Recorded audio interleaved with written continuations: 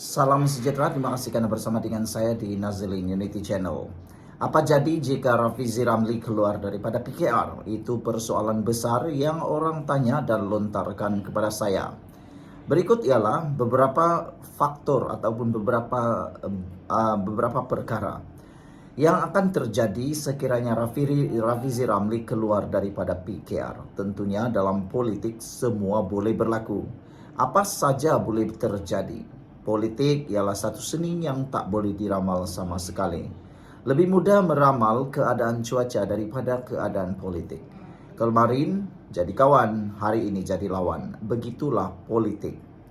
Hari ini, jika Rafizi keluar daripada PKR, ia boleh memberi impak besar dalam politik Malaysia, khususnya kepada PKR dan Pakatan Harapan PH. Berikut beberapa kemungkinan yang boleh berlaku. Hal yang pertama yang boleh berlaku ialah kehilangan pemimpin kuat PKR.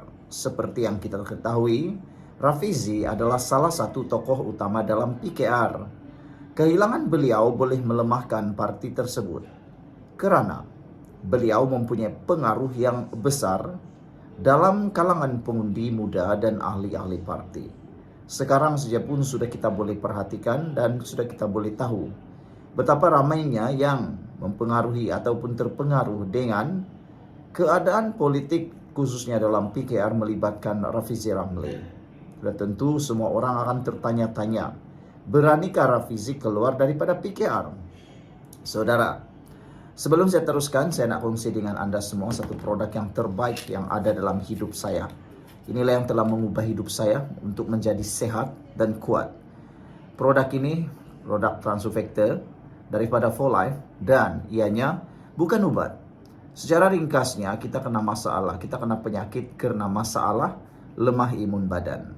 Imun badan yang bodoh juga menjadi punca kita berpenyakit. Tetapi jawapan kepada penyakit kita ialah apabila imun badan kita dikuatkan, apabila imun badan kita dibijakkan.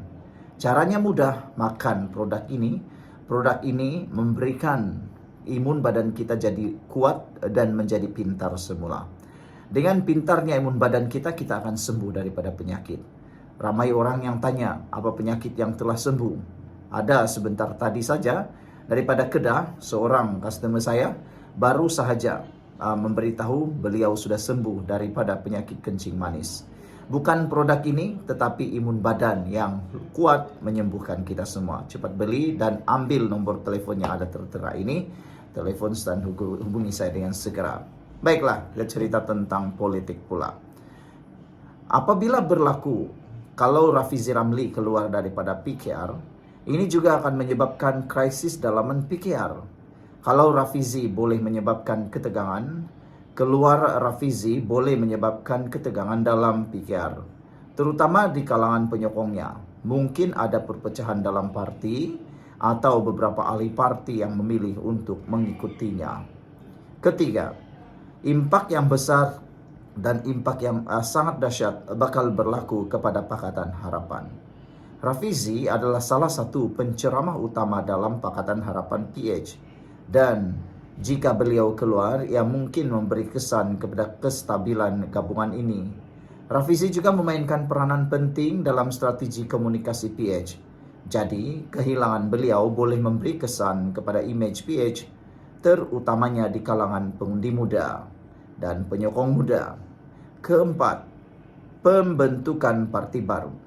Kesan keluarnya Rafizi daripada PKR akan membawa kepada pembentukan parti baru. Jika Rafizi keluar, kemungkinan beliau akan menubuhkan parti baru atau menyertai parti lain. Ini boleh mencipta persaingan baru dalam lanskap politik Malaysia. Dan beliau mungkin cuba untuk menarik pengundi yang kecewa dengan PKR atau PH.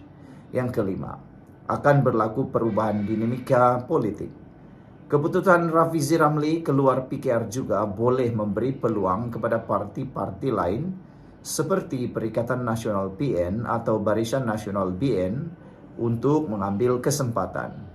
Mereka mungkin cuba menarik sokongan dari penyokong Rafizi dan menggemblengkan lebih banyak sokongan untuk parti mereka. Secara keseluruhannya, saudara-saudara sekalian, Rafizi keluar parti PKR akan memberi kesan besar kepada politik Malaysia Tetapi implikasinya akan bergantung kepada bagaimana beliau menguruskan peralihan dan apakah langkah politik yang akan diambilnya selepas ini. Sekian dulu untuk kali ini. Jangan lupa tinggalkan komen Anda. Apakah Anda juga berpendapat bahwa Rafizi Ramli akan mengumumkan keluar parti tidak lama lagi? Beraneka dia atau apakah itu memberikan keuntungan kepada beliau?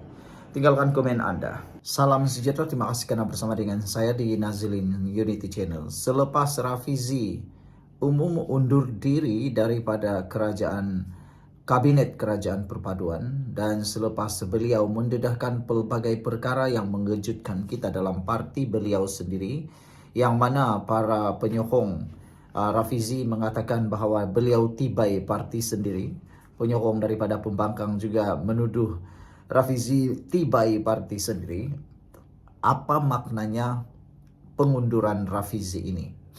Rafizi undur, apa maknanya untuk politik Malaysia? Ikuti ulasan ini, pastinya berguna untuk Anda semua.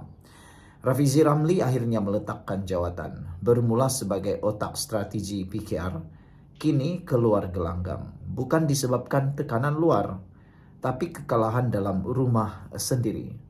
Dalam pemilihan PKR 2025, beliau tewas teruk kepada Nurul Izzah Anwar. Rakyat dalam parti pun sudah mulai hilang keyakinan. Ramai persoal mana pemula yang dijanjikan. Di atas kertas Menteri Ekonomi, di mata rakyat gagal bawa perubahan besar. Namun, Rafizi Ramli berundur dengan bermaruah. Dia tak tunggu disingkir. Dia tahu bila masanya untuk berundur. Soalannya sekarang ialah, adakah ini retirement atau comeback yang sedang dirancang diam-diam? Dan apa nasib PKR tanpa Rafizi dalam kabinet? Adakah Rafizi benar-benar tamat atau akan kembali lebih kuat? Sila tinggalkan komen Anda dalam ruangan komen ini dan tekan butang like dan share kepada ramai orang. Kalau korang rindu zaman dia lawan isu-isu panas, kalau itu yang kamu rindu, apa kata kamu tulis komen Anda. Persoalannya sekarang ini ialah, adakah Rafizi Ramli sudah tamat? Saudara, sebelum kita teruskan, saya nak kongsi dengan Anda semua produk Transfer Factor for Life. Produk ini sangat bagus, dia bukan ubat. Secara ringkasnya, kita kena penyakit sebab kita sakit karena imun badan kita yang lemah, kita sakit karena imun badan kita yang jadi bodoh. Jadi untuk kita sehat, satu saja caranya ialah kita kuatkan semula sistem imun badan kita. Atau orang kampung-kampung kata panggil dia sebagai antibody lah, macam tu. Jadi macam mana nak kuatkan semula imun badan, antibody kita? Makan Transfer Factor ini, ia akan berikan kekuatan 437% peningkatan sel. Dan yang lebih penting lagi, ianya halal dan juga diluluskan oleh KKM. Untuk Anda sehat, kita perlu kuatkan semula daya imun badan kita. Jadi kalau mau tahu lebih lanjut tentang produk yang hebat ini, message saya di nomor yang tertera. Dan lebih penting lagi, jangan tunggu sampai sudah terlambat. Baiklah, adakah Rafizi sudah game over? Nama Rafizi bukan asing dalam dunia politik. Daripada pendedahannya tentang NFC hinggalah strategi ayuh Malaysia, Rafizi dilihat sebagai otak perubahan dalam PKR. Tapi kini, beliau meletakkan jawatan sebagai Menteri Ekonomi. Game over ke Rafizi atau ini cuma baru permulaan?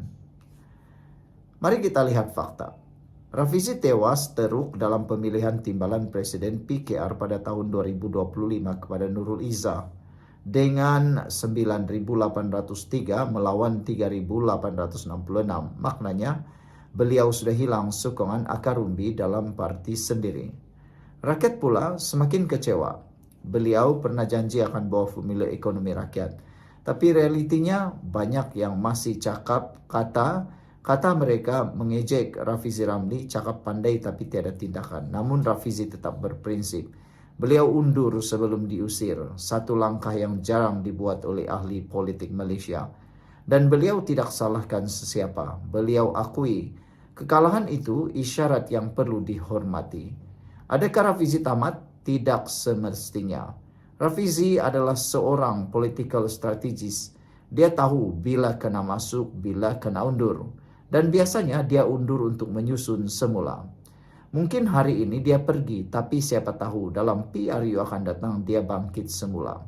Bagi saya Rafizi belum tamat, tapi buat masa ini dia perlu diam untuk jadi lebih berbahaya. Anda rasa bagaimana? Adakah Rafizi patut kembali atau memang sudah game over?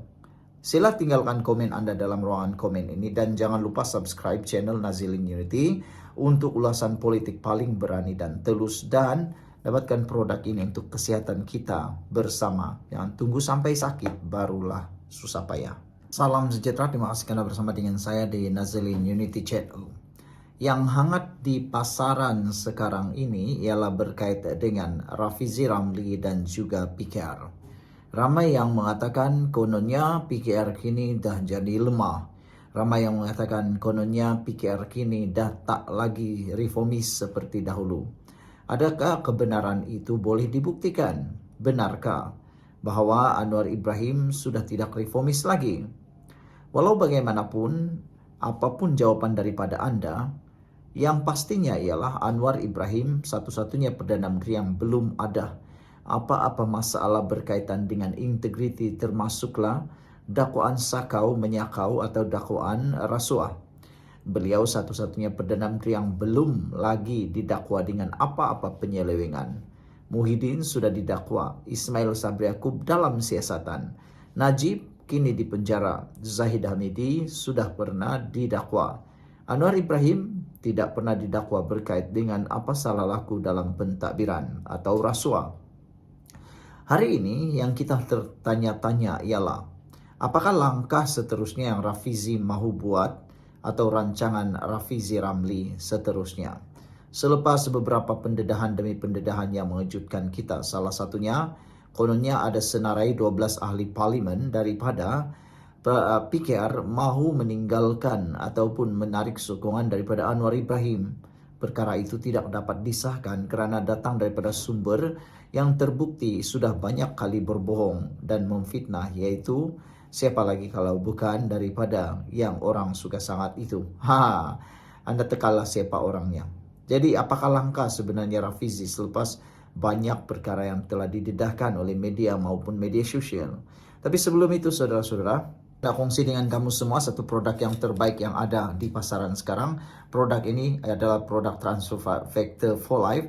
Produk ini meningkatkan daya imun badan kita, mendidik daya imun badan kita, dan juga memberikan kita kekuatan melawan tubuh badan. Itu saja, dia bukan obat. Lebih penting daripada itu, secara asasnya kita sakit karena tubuh badan kita imunnya jadi lemah dan imun badan kita jadi bodoh. Untuk kita jadi sembuh, satu saja caranya, yaitu meningkatkan daya imun semula badan untuk melawan penyakit. Dan jika Anda sehat, inilah waktunya untuk mengekalkan kesehatan dengan mengekalkan prestasi dan juga kekuatan daya imun badan kita, supaya sampai kita tua pun kita tidak ada penyakit, kan itu lebih bagus. Jadi dapatkan ini, siapa yang berminat, kalau mau tanya tentang penyakit dan macam-macam lagi yang boleh digunakan, hubungi saya dalam nomor yang tertera di sini. Oke, baik. Menurut Rafizi, dia sudah pun ada rancangan untuk langkah seterusnya. Sebenarnya Rafizi sudah mempunyai rancangan tersendiri untuk meneruskan apa yang beliau sudah lakukan sekarang. Dalam pendedahan Rafizi, dalam kampanye dihirup pelbagai perkara yang telah dirancang atau telah didedahkan oleh Rafizi. Ahli Parlimen Pandan Datuk Seri Rafizi Ramli yang mengumumkan peletakan jawatannya sebagai Menteri Ekonomi kemarin, hari ini mengumumkan bahawa beliau sudah merancang langkah seterusnya yang akan dikongsikan kemudian. Kata beliau, tak mahu bising atau hahaha, X masih bising. Saya dah mula cuti hari Rabu. Misi sekarang nak reply beribu-ribu message dan join sama sembang dekat X, katanya. Saya memang dah plan apa nak tumpu lepas ni, tapi biarlah semua orang tenang. Raya Haji dan sebagainya, kata menerusi ucapan di X. Apa-apa yang saya kongsi kemudian, kata beliau. Potensi sebenar negara adalah rakyat biasa. We have to go back to harnessing the potential, kata beliau. Rafizi mengumumkan peletakan jawatan beliau beberapa hari yang lepas. Peletakan jawatan itu akan berkuat kuasa pada mulai 17 Jun. Sekarang ini Rafizi sedang menghabiskan cuti beliau, dan adakah beliau akan mendapat apa yang beliau mahu, yaitu meletakkan jawatan. Ada juga yang kata Rafizi mungkin tidak akan jadi letakkan jawatan dan mungkin akan menarik balik peletakan jawatan beliau itu. Adakah itu boleh berlaku? Itu boleh berlaku. Bila-bila boleh berlaku.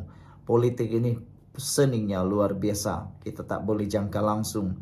Kemarin dia pikir hari ini dia boleh berpikir menjadi B. Apa-apa boleh berlaku. Itulah politik. Jumpa lagi, tinggalkan komen Anda.